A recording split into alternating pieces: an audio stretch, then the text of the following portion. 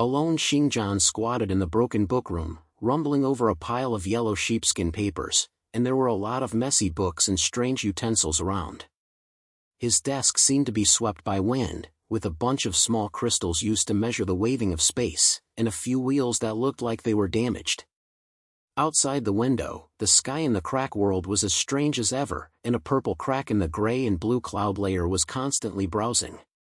It was the shadow of the crack in the space, which might tear it open at any time and swallow everything.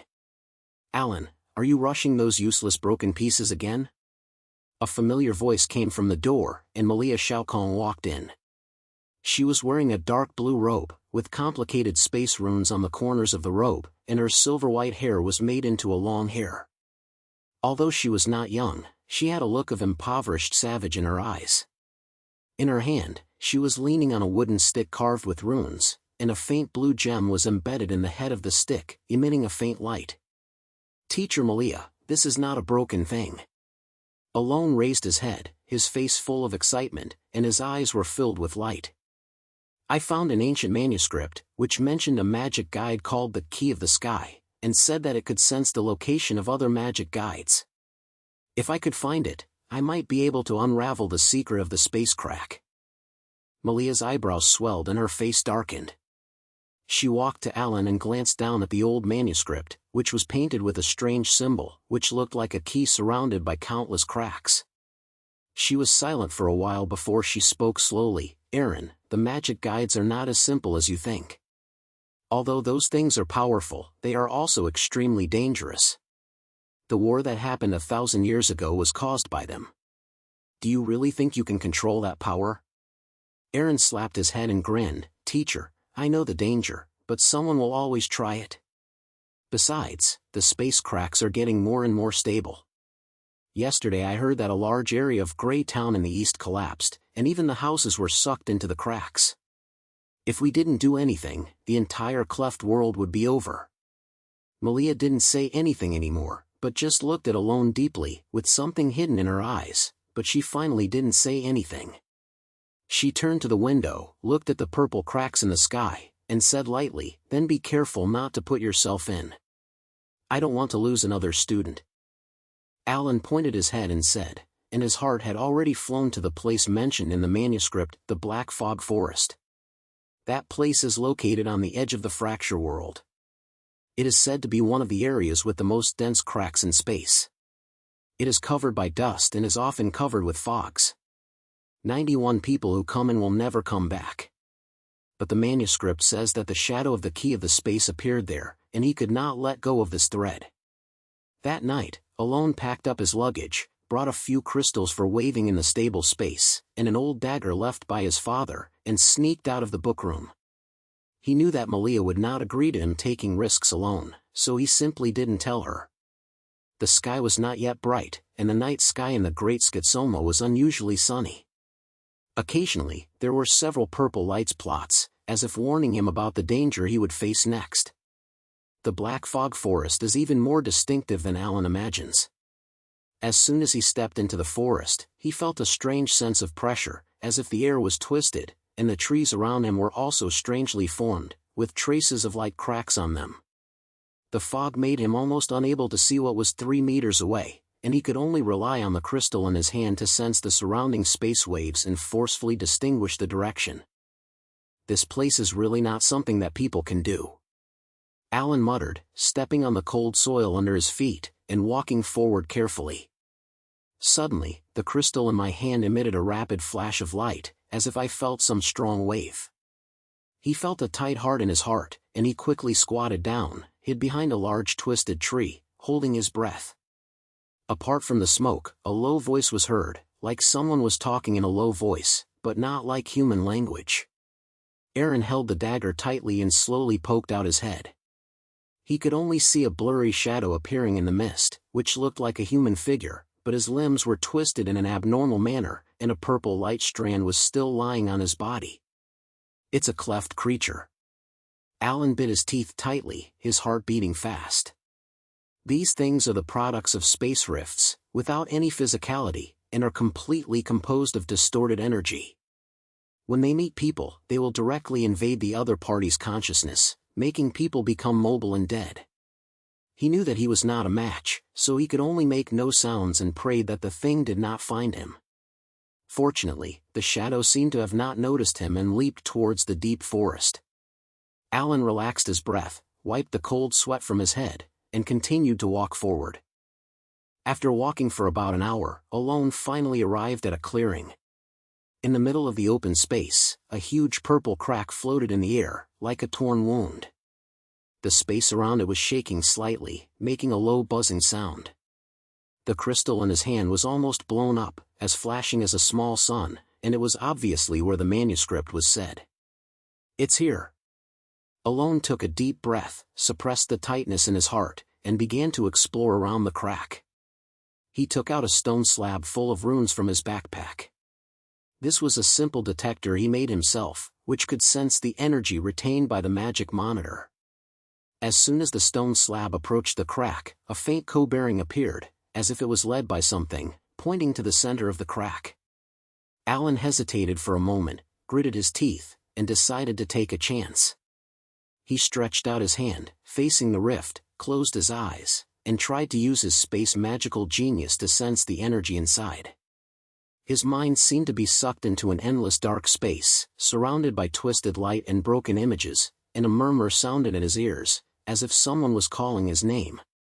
Suddenly, a strong pulling feeling came from the crack, and Alone suddenly opened his eyes, only to see a virtual key shape floating in the center of the crack, emitting a dark blue light throughout the body, and countless small cracks were still surrounding the key, as if it would collapse at any time.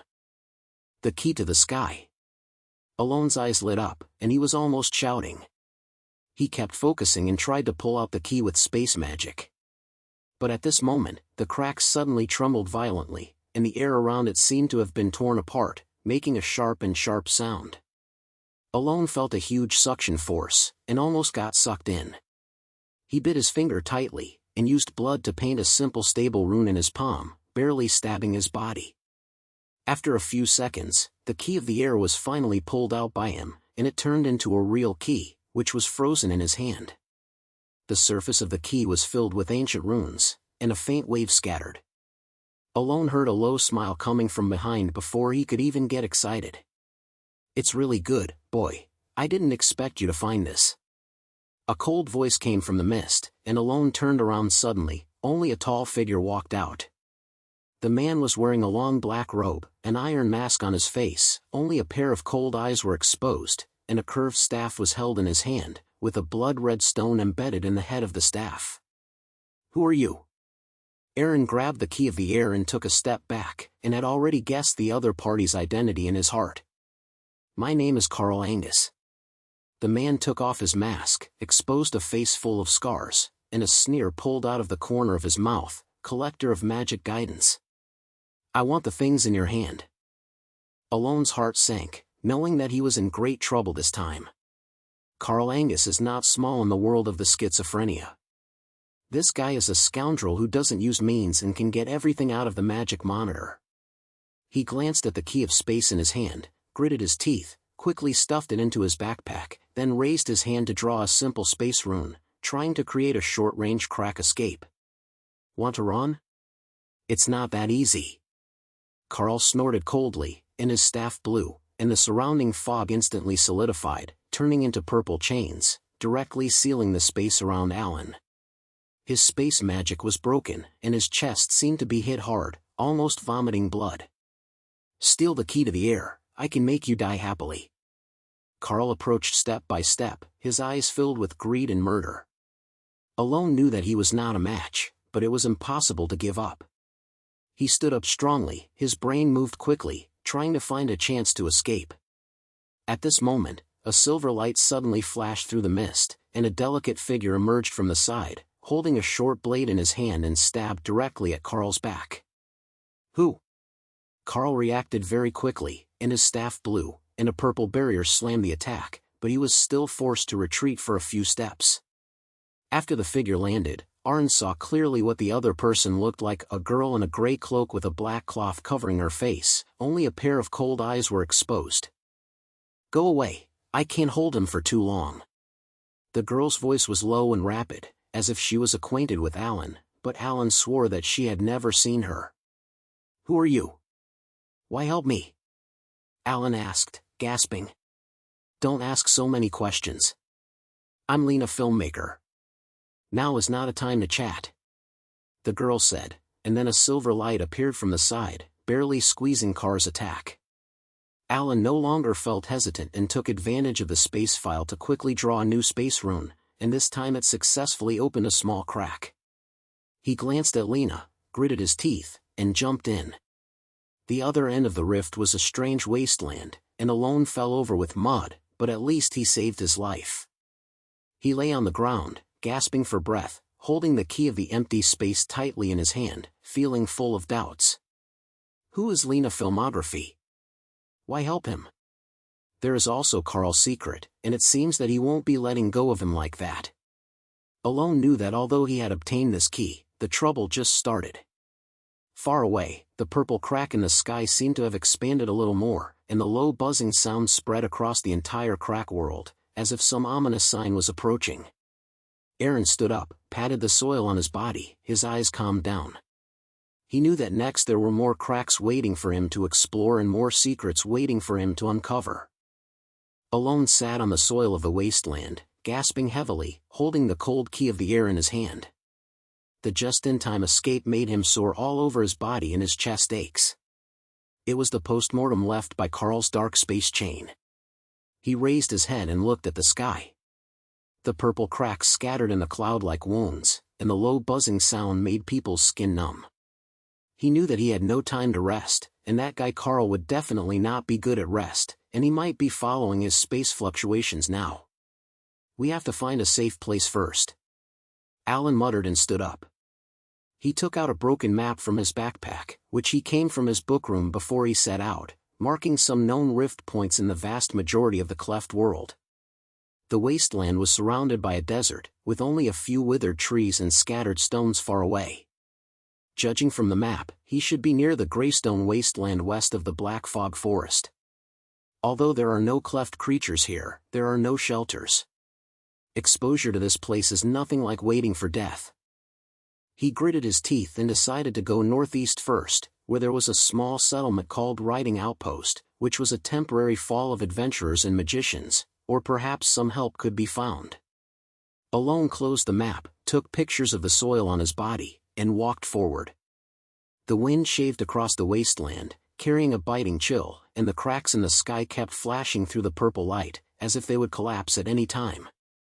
After walking for about 2 hours, Alone finally saw a broken wooden house far away, with several broken flags on the top of the house, and a simple space rune was painted on the flag, which should be the Rift Outpost. He relaxed his breath and accelerated his pace, and suddenly heard a low sound coming from behind, like the sound of air being torn apart. He turned around suddenly, only to see a small purple crack growing on the ground that was not far away, and a dangerous breath was heard. "No, come again?" Alone's heart tightened, and hurriedly held the key of the air and tried to sense the waves in the cracks. The surface of the key glowed slightly, as if it had a certain kind of co-bearing with the crack. Aaron's brain suddenly flashed through a blurred picture. The other end of the crack seemed to be a huge mist, with ancient runes engraved on the wall, and a silk-smelling blue light floating in the air. Is this another magic monitor's thread? Alan's eyes lit up, but his eyebrows immediately raised. He knew that the key of the space could point to the positions of other magic monitors, but this kind of temporary crack was usually unstable, and going in was no different from catching a life. But if he doesn't go, Carr may catch up at any time, and the key to the air in his hand can't be kept. Between hesitation, a familiar voice came from the side. "Don't stand stupidly, the crack is almost closed. If you want to survive, follow me." Aaron was stunned. He turned around and saw that Lena's shadow appeared beside him at some point, with a gray cloak floating on his face, and his face was still covered with black cloth, only a few cold eyes were exposed. "Why are you here?" Alone asked in surprise, his brain full of doubts. This girl saved him in the Black Forest, and now she suddenly appeared again, and she always felt that she was not in a match. "Stop talking, I've been following you." Lena was cold and glanced at the rift. The wave of the key of the space is too obvious, and Carl will find it here soon. If you don't want to die, just listen to me and enter that rift. Alan gritted his teeth. Although he still didn't trust Lena very much, he didn't choose it now. He clicked a little and followed Lena toward the crack. The air around the crack was distorted, as if it would collapse at any time. Alone took a deep breath, held the key tightly, and stepped in first. In an instant, a strong sense of weightlessness came, and he felt as if he had been scattered into a spiral without a corner. All around him were broken light and shadow and lowly voices, and his mind was almost torn apart. After a long time, he finally stepped onto the ground under his feet. Alone stumbled on his feet and found that he was standing in a huge underground space. Surrounded by high-pitched stone walls, the walls are engraved with complex runes, emitting a faint blue light, and an ancient and depressing breath is filled with the air. Lena followed him and landed, her movements as if she was not affected by any influence. "Where is this?" Aaron looked around, and he was both curious and nervous. This place obviously did not form naturally, like some artificially built maze, with some broken mechanical parts on the ground, almost illuminating the magic monitor. One of the mysteries of the rift, the horizon of ancient civilizations. Lena said softly, her eyes swept over the runes. "There should be a fragment of another magic guide here, and the key of the space will bring you to find it. But be careful, this place is not simple, there may be guardians in it." "Guardian?" Aaron was stunned. Before he could ask, he heard a deep voice from the mystery, as if something huge was moving. He felt tight in his heart, and hurriedly held the key of the air to try to sense the position of the magic guide. The surface of the key was slightly slim, pointing to the northeast of the palace, but at the same time, it also emitted an uneasy wave, as if warning him something. "Let's go, don't waste time," Lena said, and had already taken the lead in heading towards the northeast, so Alone had to follow. The passage of the maze is complicated, as if it was deliberately designed to confuse people. There is a fork every few steps, and the runes on the wall constantly shine, making people dizzy. Aaron tried to use space magic to sense the waves around him, but the space structure here was like a bunch of numb lines. If you put a little force, you felt that your mind was pulled and hurt. "The space here is twisted in the bottom, and my magic is almost useless." Alone whined in a low voice. "Then use less magic, rely on your eyes and brains," Lena said without looking back, holding the short blade in her hand, ready to face sudden events at any time. After about half an hour, the two of them left. They finally arrived at a huge circular hall. A luminous stone platform floated in the center of the hall, and a broken instrument was placed on it, which looked like a semicircular metal ring, with runes engraved on the surface, scattering waves similar to the key of the sky. Alone's eyes lit up, and he could almost confirm that this was another magic guide fragment. "It's it." He was about to step forward, and Lena suddenly stopped him and looked around the hall with a serious look.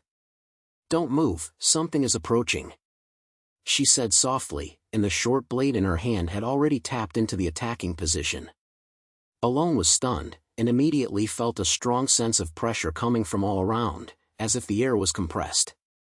The wall of the hall suddenly began to shake, and the runes shone brightly. A huge shadow appeared on the ground, which looked like a combination of some kind of machinery and magic. The limbs were sharp metal claws, purple energy strips were lying on their bodies, and there were only two blue lights in their eyes. "Is this the Guardian?" Alan swallowed, his heart pounding. This thing is not easy to mess with at first glance.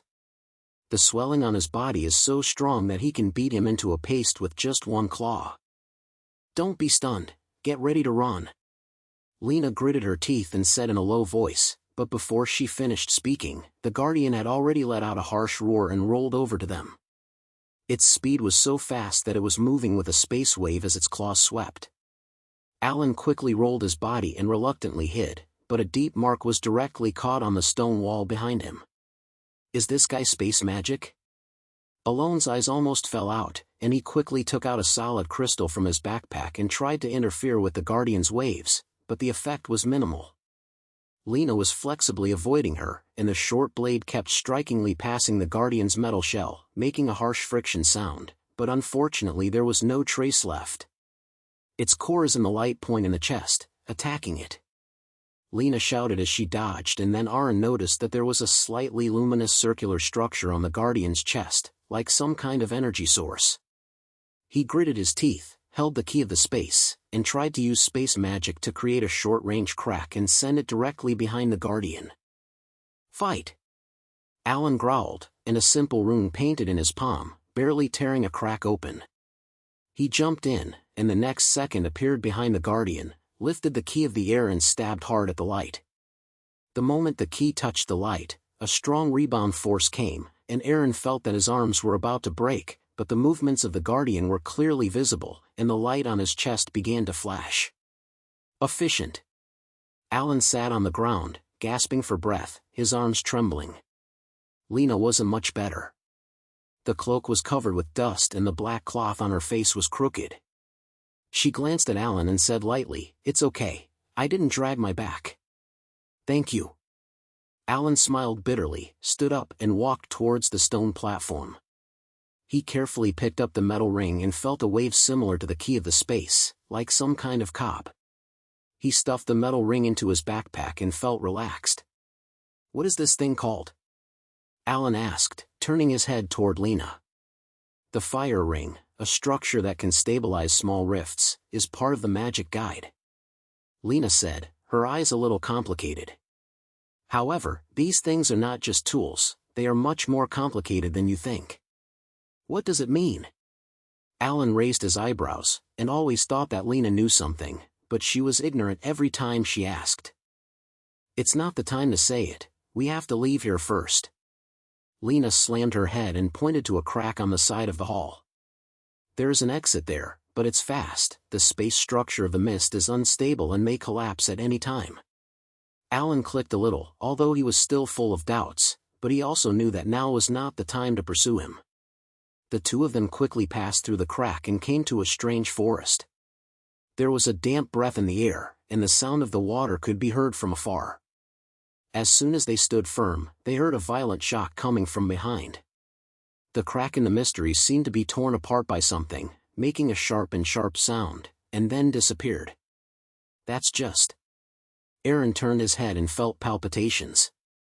"The palace has been destroyed, which may be the mechanism of the Guardians touching after it was destroyed," Lena said quietly, looking around. "This should be the wet forest in the southern part of the fracture world. It is not far away from the fracture outpost, but we have to be careful that Carr may be nearby." Alone clicked a little, and suddenly remembered Malia in his heart. He didn't tell her when he left the book room, and now he doesn't know if she has found out that she doesn't see it anymore.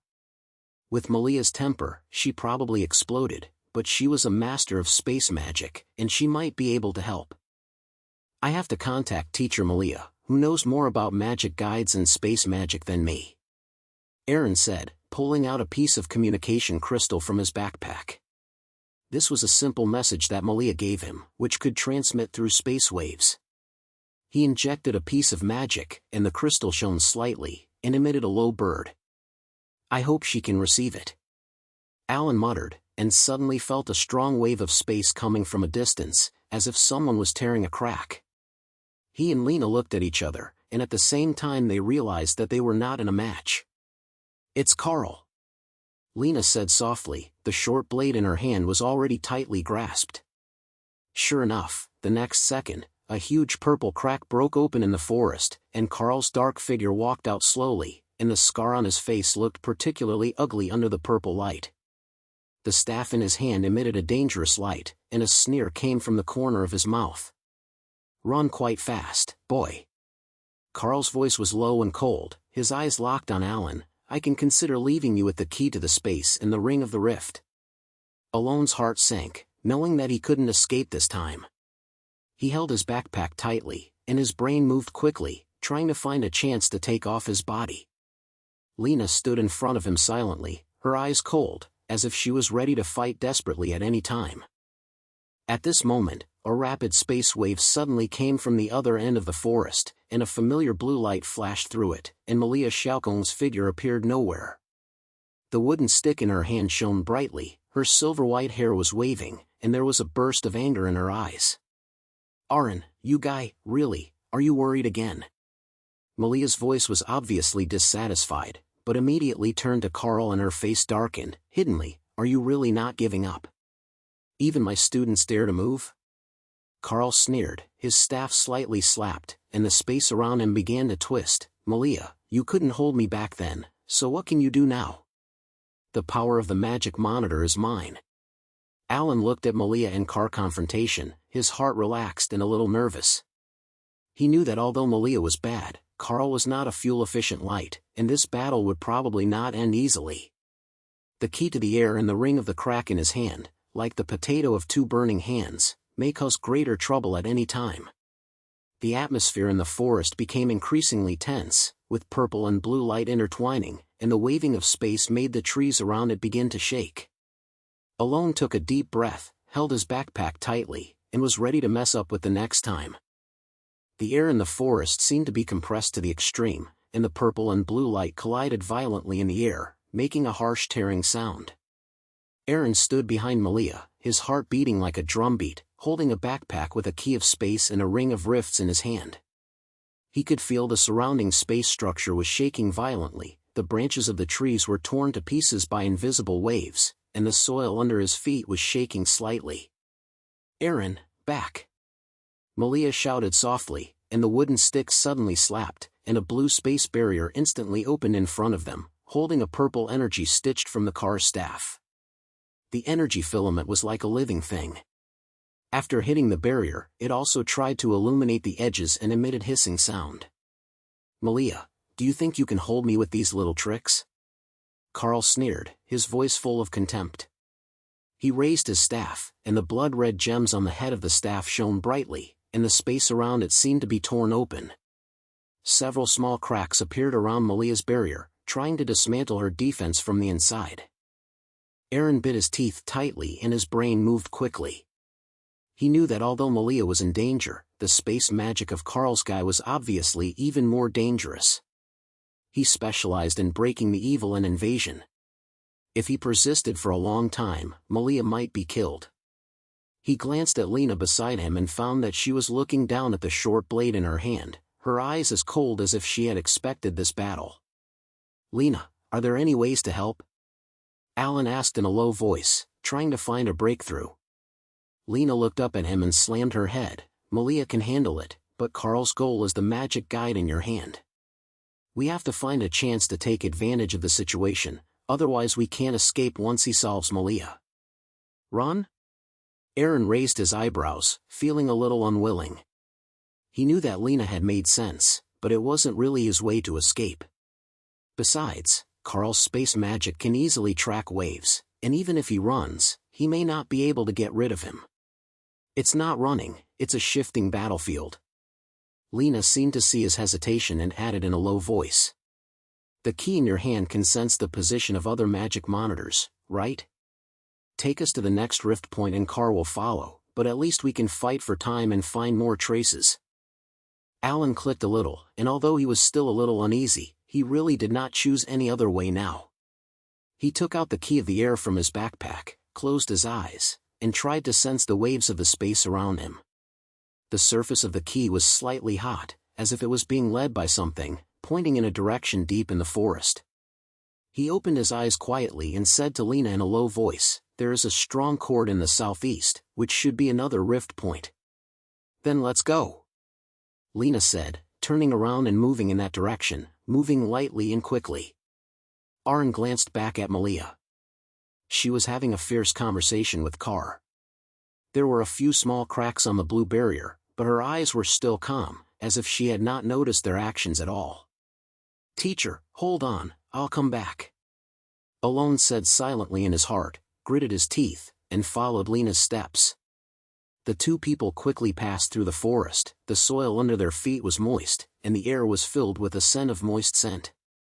Behind him, the fighting sound of Malia and Carl gradually faded away, but the swelling of space still made people's skin numb. After running for about 10 minutes, the key of the air in Alan suddenly moved violently and pointed to a huge dead tree ahead. The tree seemed to have been torn a hole by something in the middle of the tree, and there was a sudden burst of purple light coming out, and there was an unstable wave in the air. "It's here."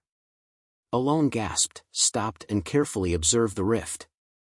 The edges of the cracks are constantly twisting, as if they will collapse at any time, but the co-finished areas inside are so strong that people cannot ignore them. He turned to Lena and said, "Are you sure you want to go in? This doesn't look very reliable." "I don't have to choose, Carl will catch up at any time." Lena's temperament was still cold, but there was a tight look in her eyes. She held the short blade, got close to the crack first, and tried to reach out her hand, as if she was sensing something. A few seconds later, she clicked, "It's still stable and can go in, but there's not much time." Alone took a deep breath, held the key of the air tightly, and stepped into the crack with Lena. The familiar sense of weightlessness came again, and the light and shadow around it twisted into a mess, and a low buzzing sound came from his ears, as if countless people were talking in a low voice.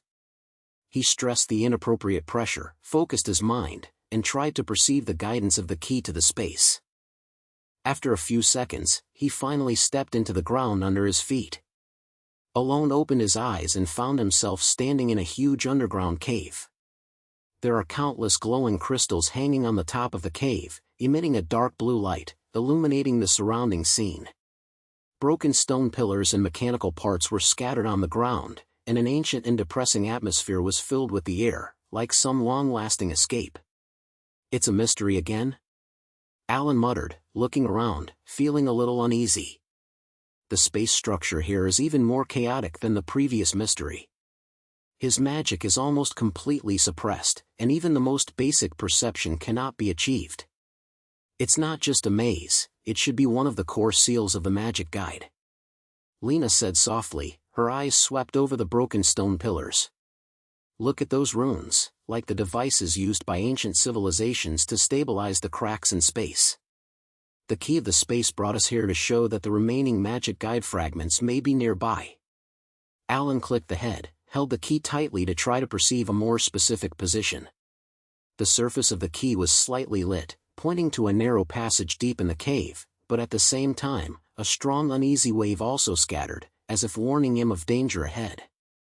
"Be careful, this place is not simple," Lena reminded, and was already heading towards the passage first. Alone followed behind, walking carefully, and his ears were always paying attention to the surrounding static. The stone walls on both sides of the passage were filled with complex runes, and a glimmer of light was flashing like a living thing, making people feel goosebumps when they saw it. After walking about a few hundred meters, a huge circular hall appeared in the passage. There was a huge stone platform floating in the center of the hall, and 3 broken instruments were placed on it, namely a broken wheel, a translucent crystal ball, and a fragment that looked like a chain. Their surfaces are engraved with runes, scattering waves similar to those of the Sky Key, which are obviously the remaining magic guide fragments. "Finished." Alan's eyes lit up, almost slid over, but Lena held him again, her eyes very solemn. "Don't be sure, these things have a guardian boundary," she said softly, pointing to the air around the stone platform. Only then did Alan notice that a transparent barrier appeared around the stone platform, with countless small runes flowing on the barrier, such as some kind of protection magic. "How to break it?" Arn raised his eyebrows, and his brain quickly recalled the space magic knowledge that Malia taught, but this ancient boundary clearly exceeded his ability. "Use the key of the air, it is the core of these magic guides, and can untie the boundaries," Lena said, her eyes a little complicated. "But be careful, while untie the boundaries, you may get even more trouble." Alan clicked a little, although he was a little uneasy, but there was no other way now. He raised the key to the air, closed his eyes, and tried to create a common bird with the magic guide on the stone platform. The surface of the key is bright, and a warm energy comes from the palm of your hand, like a connection with the runes on the stone platform. The barrier began to shake slowly, and the rune's light gradually dimmed, and finally disappeared in a few seconds. "It's done." Alan relaxed his voice and was about to step forward to get the magic guide when he suddenly heard a deep voice from the hall, as if something huge was awakening. The ground began to shake violently, the runes on the stone wall shone brightly, and a huge shadow appeared from the other side of the hall. It was a giant guardian composed of pure energy, with a body that looked like a fusion of some kind of machinery and magic. There were countless purple energy strips on its body, and there were only 2 ape-red lights in its eyes. As soon as it appeared, the entire space structure of the hall began to distort, and Alone felt that his consciousness was being pulled by something, almost collapsing. Is this the ultimate guard? Lena bit her teeth tightly, holding the short blade, and for the first time she showed a terror in her eyes. No matter what it is, take something first. Alan gritted his teeth, quickly rushed to the stone platform, and stuffed 3 magic guide pieces into his backpack. The guards let out a harsh roar and rolled over at them, so fast that they could hardly see the shadows. Alan quickly drew a simple space rune and tried to create a crack to escape, but the space structure here was too chaotic and the rune was torn to pieces as soon as it was formed. I can't escape, I can only fight. Lena growled, and a silver light shook out from the short blade, barely holding the guard's first strike, but the whole person was shaken back for a few steps, and blood spilled out of the corner of her mouth. Aaron saw the situation and felt nervous. He knew that he would not do anything, so they all had to explain it here.